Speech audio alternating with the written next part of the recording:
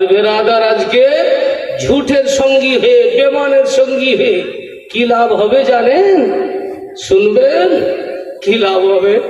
বাকি আছে এখন মেলাই বাকি, অনেক বাকি। যত বাকি আছে খালি চোখটা বন্ধ করবেন, তখন বুঝতে পারবেন। হাই রে হাই হাই, হলমনগরে জলসা হয়েছিল, মৌলানা মুজিবুর রহমান সাহেব এসেছিলেন, বলেছিলেন কোরআনের আয়াত পড়ে ওয়া কুনু মা সাদিকিন, সত্যবাদীর সঙ্গী হয়ে যাও।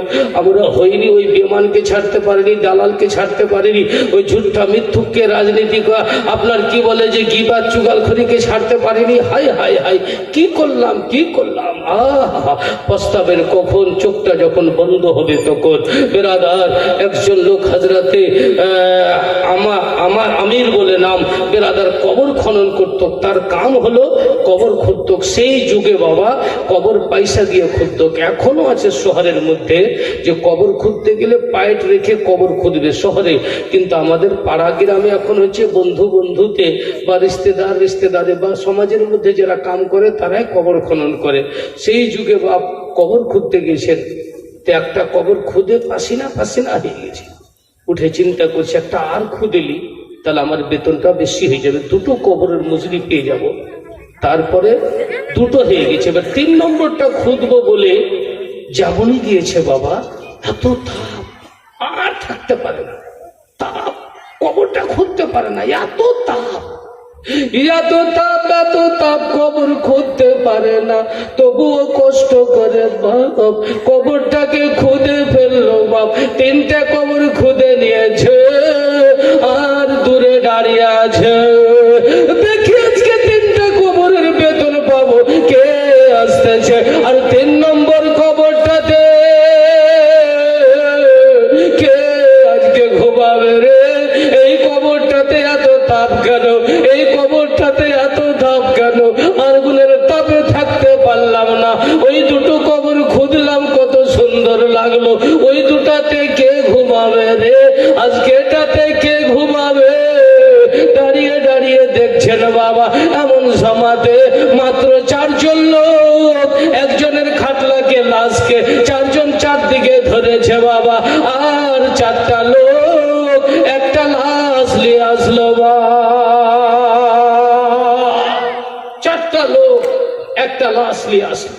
তার আগে বাবা 2 জন ফারিস্তা সাদা সাদা লেবাসে, একজন পিছনে কবরের, একজন সামনে। তো সামনেটা বলছে লিখ লিখ লিখ, পায়ের দিকে ওলাটাকে বলছে লিখ, এই কবরটাতে যে ঘুমাবে তার কবরটা এইদিকে 50 হাত বড়, লিখ।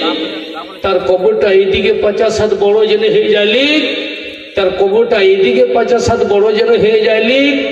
এইদিকে 50 হাত যেন বড় হয়ে যায়, লিখ। লিখছে এই ফেরেশতা, মাথার দিকেটা বলছে সাদা লোকটা, ও তো জানে না যে এটা ফেরেশতা, বুঝতে পারছেন? এই বলছে আর ওই লিখছে। জোরে বলো। 4 জন আসলো লাশ নিয়ে, 4 জনে জানাজা পড়লো, দাফন করলো। ও দাঁড়িয়ে দাঁড়িয়ে শুনছে, এই লোকটা মাত্র 4 জন লোক দাফন করতে আসলো, আর কবরটা বলছে এইদিকে 50 হাত বড়, এইদিকে 50 হাত বড়, এইদিকে 50 হাত বড়, এইদিকে 50 হাত বড়। আহা, কোন আল্লাহওয়ালা, কোন আল্লাহওয়ালি। এবার দোসরা মাটি দিয়ে তারা চলে গেল। দোসরা দাফন করার জন্য আবার আসছে কয়েকজন লোক, 5 জনের কথা বলা হয়েছে, তার থেকে বেশি 7 জন। এদিকে ফের 2 জন এসছে। আসার পরে ওই পিছন দিকের লোকটাকে বলছে লিখ, এই কবরে যে ঘুমাবে তার নজর যত দূর পর্যন্ত যাবে, তার কবরটা ওই দিকে অতটা বড় হবে, এইদিকে যত দূর নজর যাবে কবরটা এইদিকে ততটা বড় হবে, এইদিকে যত নজর হবে ততটা। এই করে চারোদিকে লিখ লিখ লিখ লিখছে। আশ্চর্য হয়ে গেল, আল্লাহ বারে বাহ, সত্যি এই দুটো কবর খুঁজলাম তো কত আনন্দ লাগলো। আর ভালো লোক ঘুমাবে, যত দূর চোখ যাবে তত বড় হয়ে যাবে কবর। এই মুহূর্তে দেখতে দেখতে 5 থেকে 7 জন লোক একটা লাশ নিয়ে আসলো। আসার পরে দাফন করলেন, আর থাকতে পারলেন না, দৌড়ে আসলেন। জিজ্ঞাসা করছে, বাবু শোনো শোনো শোনো শোনো, তোমরা যে চলে গেলে 4 জন, এই প্রথম লাশটাকে দাফন করে তোমরা কে, আর এটা লোক কে? বলে এটা লোক হলো গ্রামের একটা গরিব মেয়ে, গ্রামের গরিব লোকের লাশ। এই গরিবটা মারা গিয়েছে, তার জন্য পাড়া প্রতিবেশীর লোকেরা, হুলমান নগরের লোকেরা গরিব মনে করে কেউ জানাজাতে আসলো না। আমরা 4 জন নিয়ে তাকে দাফন করলাম। জোরে হলো শুনো ভাই, তোমরা দাফন করতে এসছো, তোমাদের আগে 2 জন লোক এসে রেজিস্ট্রি খাতা তৈরি করলো। বুঝতে পেরেছি তার আল্লাহ পাকের ফারিস্তা। বলে গেল তার কবর 50 দিকে বড়, 50 দিকে বড়, 50 দিকে বড়, 50 দিকে বড়। বুঝা গেল 4 জন জানাজা পড়লে হবে না। যদি 4 জন ভালো লোকের জানাজা পড়ে, আল্লাহ যাকে পছন্দ করে নাই 4 জন পড়লেও আল্লাহ তাকে পরবর্তীকারী আলম তার মান, তার শান, তার ইজ্জত ওয়াকারকে রব তাআলা বাড়িয়ে দেয়। জোরে বলো মহব্বতে বলো সুবহানাল্লাহ, সুবহানাল্লাহ। এইবার যে এই দ্বিতীয় কবরে লাশকে রেখে যাবে, দৌড়ে এসে বলছে দাঁড়াও ভাই দাঁড়াও, তোমরা কার লাশ নিয়ে আসলে? এটা বলে এই গ্রামেরই একজন গরিব লোক, তার লাশ নিয়ে আসলাম। বলে শোনো শোনো শোনো শোনো, গরিব না, এই ধনী, কবরের ধনী, হাসরের ধনী, পুলসেরাতের ধনী, ওই দুনিয়ার সুন্দর ব্যক্তি। বলে বাবা তুমি কি করে বুঝলে? গোটা হুলমান নগরের লোক পড়ে থাকলো, আরে আসলো না, আর তুমি বলছো যে এই লোকটা এই এই এই। বলে শোনো, এক্ষুনি একটা রেজিস্ট্রি তৈরি করে 2 জন ফারিস্তা এখান থেকে গেল আর বললো এই কবরে যে মাইয়ারটা ঘুমাবে তার নজর এইদিকে যত দূর যাবে এত বড় কবর এদিকে বড় হবে, এইদিকে যত দূর নজর যাবে এত বড় কবর এত বড় হবে, পিছন দিকে যত নজর হবে এত দূর। এক কথায় চতুর্দিকে। বলে শুনলাম রেজিস্ট্রি খাতাতে লেখা হলো। বলছেন আল্লাহু আকবার, মারহাবা মারহাবা। তারা বলছেন আমরা জানাজায় শরীক হয়েছি, আমাদের কিসমত ভালো। জোরে বলো মহব্বতে বলো সুবহানাল্লাহ। এইবার 3 নম্বর কবরস্থানে দেখছেন বেনাদারি এমন লোকের জানাজা যাচ্ছে বাবা। 3 নম্বর কবরস্থানে দেখছে হাজার হাজার লোক আসছে বাবা। লাশটাকে ও কাঁধা দিচ্ছে, ও কাঁধা দিচ্ছে, ও হটাতেছে, ও কাঁধা দিচ্ছে। আমাকে একটু বহন করতে দাও, আমাকে একটু কাঁধা দিতে দাও। বেলে কাঁধা দিয়ে দিয়ে ভিড় লাগিয়ে জানাজা পড়ে কবরের কাছে নিয়ে আসলো। দাফন করবে, দাফন করে দিল তারা। দেওয়ার পরে যাবে, বেলে দাঁড়া এ ব্যক্তিকে। বেলে এই ব্যক্তি হলো হুলমান নগরের যে পয়সাওয়ালা, হুলমান নগরের যে লাঠিওয়ালা, হুলমান নগরের যে নেতা, হুলমান নগরের যে দাদা, তার মা, তার বিবি মারা গিয়েছে, তার বিবি লাশ এটা। বেলে বুঝতে পেরেছি লোক টাকা দেখে লোক দলে সামিল হয়, পয়সা দেখে লোক দলে সামিল হয়, লোক টাকা আপনার কি বলে লোক দেখে জানাজাতে সামিল হয়। বলে শুনে নাও, এত লোক এত কাঁধা দিয়ে লাভ হলো না। কবর যখন খুললাম তারপরে ফারিস্তা 2 এসে বসলো। এই শুন শুন, এই লিখ ফারিস্তা লিখ। বলে ওই ফারিস্তাকে বলছেন লিখ। বলে আর কবরটা হবে এই দিক থেকে এই দিক যেন জুটে যায়, 2 আঙ্গুলের মাঝে যেরকম ফাঁকা একটু সেই রকম যেন ফাঁকা হয়ে যায়, চতুর্দিক থেকে কবরটা যেন জুটে যায়। বলে রেজিস্ট্রি তৈরি হয়ে গেছে। আর দেখতে দেখতে বাবা দাফন করার পরে সত্যি মনে হচ্ছে কবর জুটে গেল, আগুন ফুটে গেল রে। দুনিয়ার লোকেরা কত দুনিয়ার প্রেমে পাগল হলেন। আল্লাহ বলছেন বা কোনো সত্যবাদীর সঙ্গী হয়ে যাও।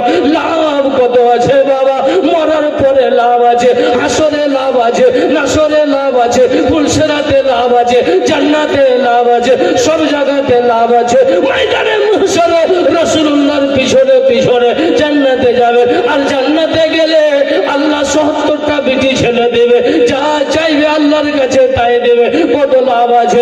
এই দুনিয়াতে মেম্বারের বাড়িতে 14 বার ঘুরে একবার সাইন পাওয়া যায় না, একটা দস্তখত পাওয়া যায় না।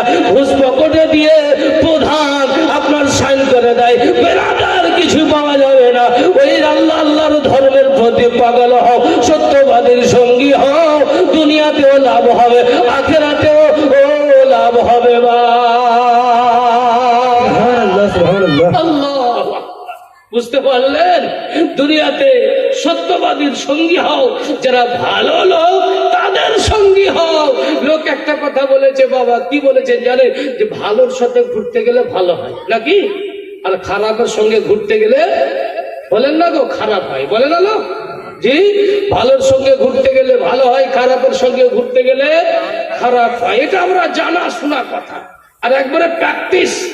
সত্যি একটা আলিমের সঙ্গে যদি আপনি ঘুরেন, উঠেন, বসেন, তো নামাজ পড়তে যাবেন, তুই বসতে এখানে, আমি নামাজ পড়ে আসি, চিন্তা করবো হাই রে বন্ধু নামাজ পড়বে আর আমি পাগল একটা বসে থাকবো।